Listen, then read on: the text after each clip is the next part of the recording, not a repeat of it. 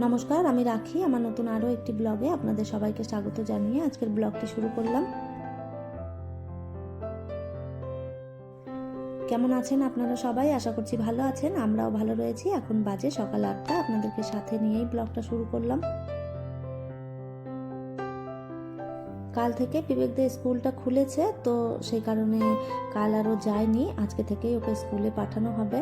তো যে কটা দিন রয়েছি সে কটা দিন ভাবলাম স্কুলটা কামাই করে আর লাভ নেই, ওকে পাঠিয়ে দিই। তারপরে যখন এখান থেকে চলে যাব তখন তো অন্য স্কুলে অ্যাডমিশন করা হবে। স্কুল ড্রেসটা আয়রন করা ছিল না, তো সেই জন্য ওটাই আগে করে ফেলছি। বিবেকের বাবা থাকলে এই ধরনের কাজগুলো আমাকে করতে হয় না, ওই এগুলো সব গুছিয়ে রাখে। তো ও যখন নেই তখন তো আমাকেই গুছিয়ে করতে হবে। আর আমি খুব ভালো একটা আয়রন করতে পারি না, মোটামুটি কাজ চলার মতন হয়।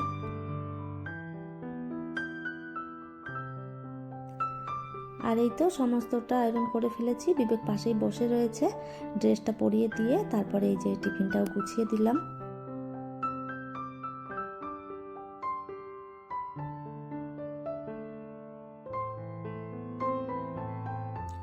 সকাল 10টায় ওদের স্কুলটা শুরু হয় আর একদম সেই বিকেল 4টের সময় বন্ধ হয়। বিকেলে বাড়ি এসে ও আর ভাত খেতে চায় না, তো ওই জন্য সকালবেলায় একটু গরম গরম ফেনা ভাত করে ওকে স্কুলে খাইয়ে পাঠিয়ে দিই। যে টিফিনগুলো দিয়ে দিই সেগুলো কখনো খেয়ে আসে, আবার কোনো কোনো দিন খায় না, পড়ে থাকে ওভাবেই।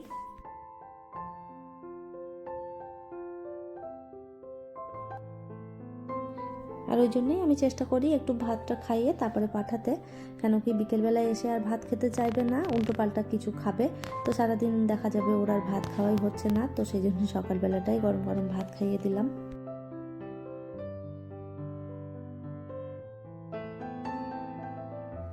আর এই তো রেডি করে তারপরে চলে এসেছি বাসে। এই যে তুলে দিলাম, বাসও চলে এসেছে, ওরা প্রত্যেকেই উঠে পড়েছে বাসে।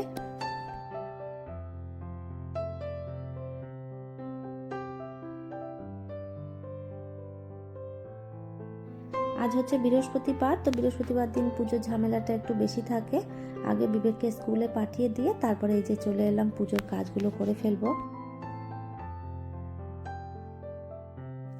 বিবেককে স্কুলে পাঠিয়ে দিয়ে তারপরে এসে ঘর ঝাড়ু মেরেছি, মুছেছি, স্নান করেছি। তারপরে এই যে বসে পড়লাম ঠাকুরের বাসন মাজতে। ঠাকুরের বাসনগুলো মেজে তারপরে ঠাকুর ঘরটা ভালো করে পরিষ্কার করে নিয়ে রাধাকৃষ্ণের যে জামা কাপড় রয়েছে সেগুলোও চেঞ্জ করে দেবো। আগের সপ্তাহে ড্রেস চেঞ্জ করতেও পারিনি, আর তার সাথে ঠাকুর ঘরটাও আমি চেঞ্জ করিনি। তো এই সপ্তাহে ভাবলাম যে তাড়াতাড়ি করে এই কাজটাই আগে করে ফেলি।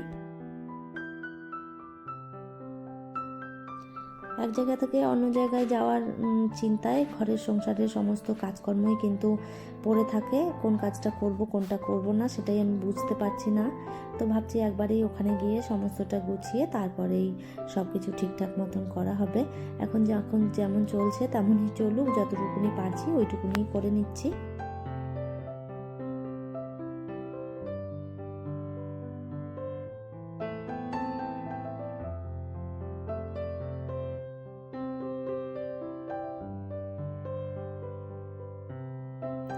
এখন আর সেভাবে কোনো কাজেতেই মন লাগে না, মনে হচ্ছে কি আর করব, দুদিন পরে তো চলে যেতেই হবে, গুছিয়েই বা কী হবে, এরকম একটা মন মানসিকতা এসে পড়েছে। তো মনে হচ্ছে একদম ওইখানে গিয়ে সমস্তটা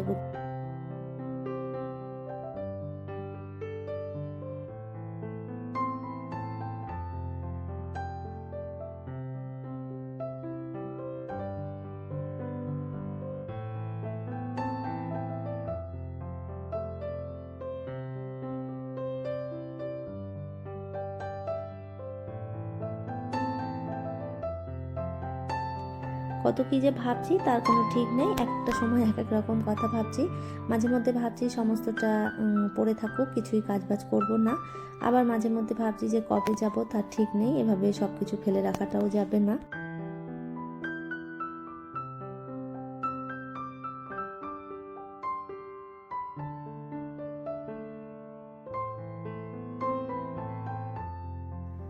পুজোটা হয়ে গেছে আমার কমপ্লিট। আর এরপর চলে এলাম বেলকনিতে, তুলসী গাছটাতে একটু জল দিয়ে দিলাম। আর এই যে এখন ধূপ দেখিয়ে দিচ্ছি।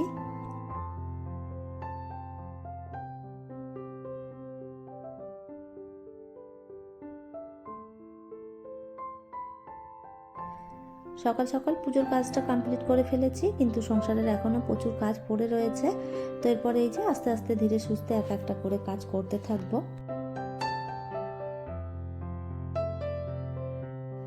এই মুহূর্তে আপনারা যারা আমার ভিডিওটি দেখছেন প্লিজ একটি লাইক করে দেবেন, আর আমার ভিডিওর কোনো অংশ যদি আপনাদের ভালো লেগে যায় কমেন্ট করে জানাতে ভুলবেন না। এই ধরনের ভিডিও যদি আপনারা আরও দেখতে চান চাইলে কিন্তু আমার চ্যানেলটিকে সাবস্ক্রাইব করেও রাখতে পারেন। কাজটি যারা অলরেডি করে রেখেছেন তাদের অসংখ্য ধন্যবাদ।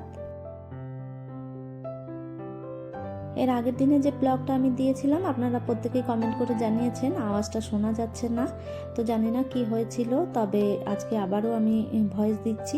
কোনো রকম অসুবিধে হলে আপনারা কমেন্ট করে জানাবেন। ভিডিও পোস্ট করে দেওয়ার পরে তো আর আমি নিজের ভিডিও নিজে চালিয়ে কখনো দেখি না, তো সেই জন্য সমস্যাগুলো বুঝতেও পারি না।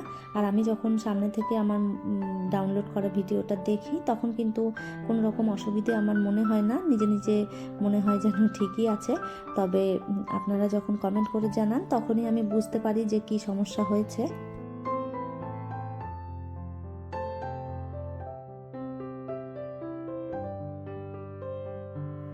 কিচেনে যে টুকটাক কাজকর্মগুলো ছিল সেগুলো সমস্তটা গুছিয়ে ফেলেছি, আর এরপর চলে এলাম কয়েকটা কাপড় জামা রয়েছে সেগুলো ভাঁজ করে ফেলবো।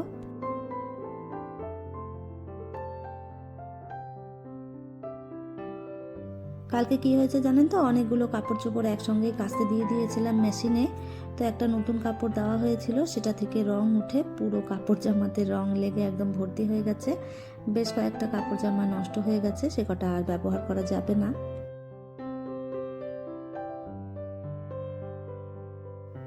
এরকমটা আমি খুব একটা করি না, নতুন কিছু কাপড় চোপড় হলে সেগুলো আমি আগে হাতে কেচে দেখে নিই একবার যে রং উঠছে কি উঠছে না। কিন্তু কালকে কি হয়েছিল বুঝতে পারিনি, তো খেয়াল ছিল না, দিয়ে দিয়েছি সমস্তটা একসঙ্গে, আর রং উঠে একদম যাচ্ছে তাই অবস্থা হয়েছে।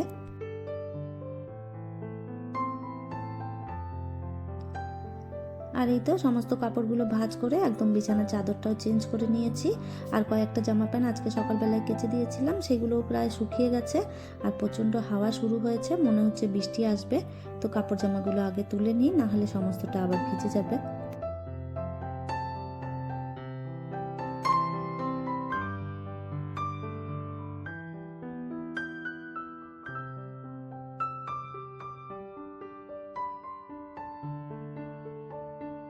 যে সমস্ত জিনিসপত্রগুলো নিয়ে যাব সেগুলো সব আলাদা করে এই সোফার উপরেই রেখে দিয়েছিলাম, তো এখানেই পড়েছিল অনেক দিন ধরে। তারপরে এগুলো আজকে সরিয়ে দিয়েছি, আর যে কটা জিনিস টুকটাক রয়েছে সেগুলো এরপর এই যে গুছিয়ে নিলাম। জিনিসপত্র ছড়িয়ে ছিটিয়ে যদি থাকে দেখতে ভীষণই বাজে লাগে। আর এই যে সমস্তটা একদম গুছিয়ে নিলাম, এরপরে সুন্দর করে একদম পরিষ্কার করে নেব সোফাটা একটু, তাহলেই হয়ে যাবে। আগে যখন সোফাটা আমার কাপড়ের ছিল তখন সেভাবে পরিষ্কার করা যেত না, তবে এখন একদম সোফাটা আমি যখন লেদার করে নিয়েছি তারপর থেকে কিন্তু আমার আর কোনো রকম কোনো অসুবিধে হয় না। যখন দেখি যে সোফাটা একটুখানি নোংরা হয়েছে, ভিজে কাপড় দিয়ে মুছে দিলেই বেশ সুন্দরভাবে পরিষ্কার হয়ে যায়।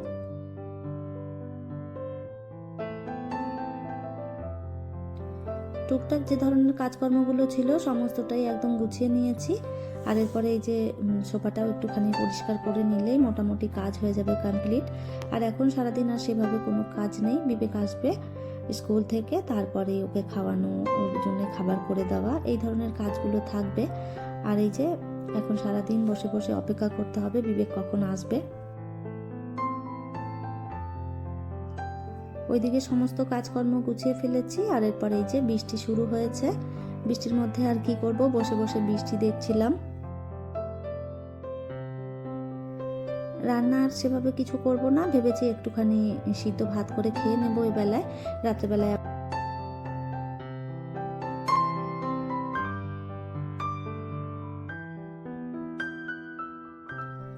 তাহলে চলুন, আমার আজকের ভিডিওটা এই পর্যন্তই, ফিরবো নতুন ব্লগ নিয়ে। ততক্ষণের জন্য সবাই ভালো থাকবেন, সুস্থ থাকবেন।